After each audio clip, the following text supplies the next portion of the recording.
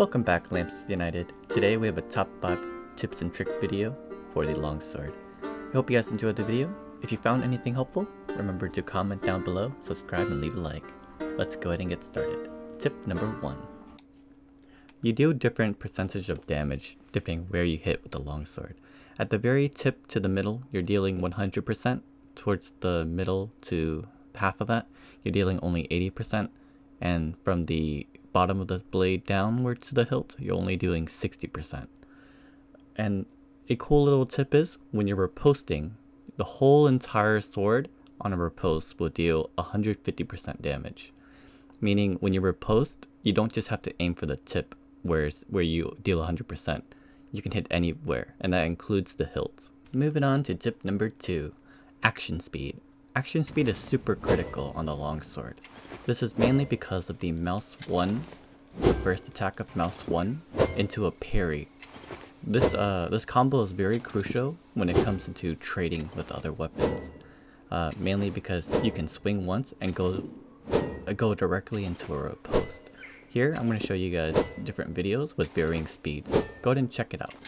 How action speed affects the M1 to M2 riposte. Tip number 3. Don't forget to use the undead longswords. For some reason, people always just forget about them. They will stick to Squire, or they'll go straight to an epic longsword. But if you're farming AP, especially if you're playing on the Forgotten Runes map, do not sleep on the undead longswords. Whether it's bossing or just killing skeletons, these swords do a lot of damage to them.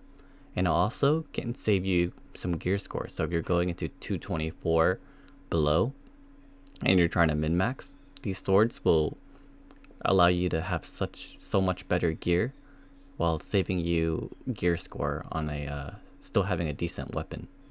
So yeah, Sterling Blade, Blade of Righteousness, Divine Blade, do not sleep on them, guys. Use them. Tip number 4. Don't be a parry goblin. Watch this clip right here. Look, he's wearing light armor, cloth armor actually. And what do? I'm a fighter who's just holding down my parry button. I barely hit him, and what do? I hold down right click and fish for parries, and I die for it. I could have just left click treated him, and I would have killed him. The right way to play Longsword is to start pressuring with your left clicks and time the parries when the time is right. You don't want it to just sit there and let them hit your feet, your arms, your hands, you know? So yeah, just take your time with it, get some damage out, and then when they start getting low, that's when they start swinging sporadically, and that's when you can fish for the parries. It's all about the timing, guys. Don't be a parry goblin. Alright, next tip.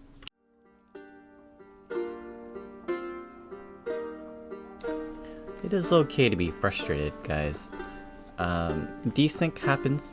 If you ever have a desync where your opponent's weapon is going straight through yours, even though you're 100% sure that you blocked it, it happens.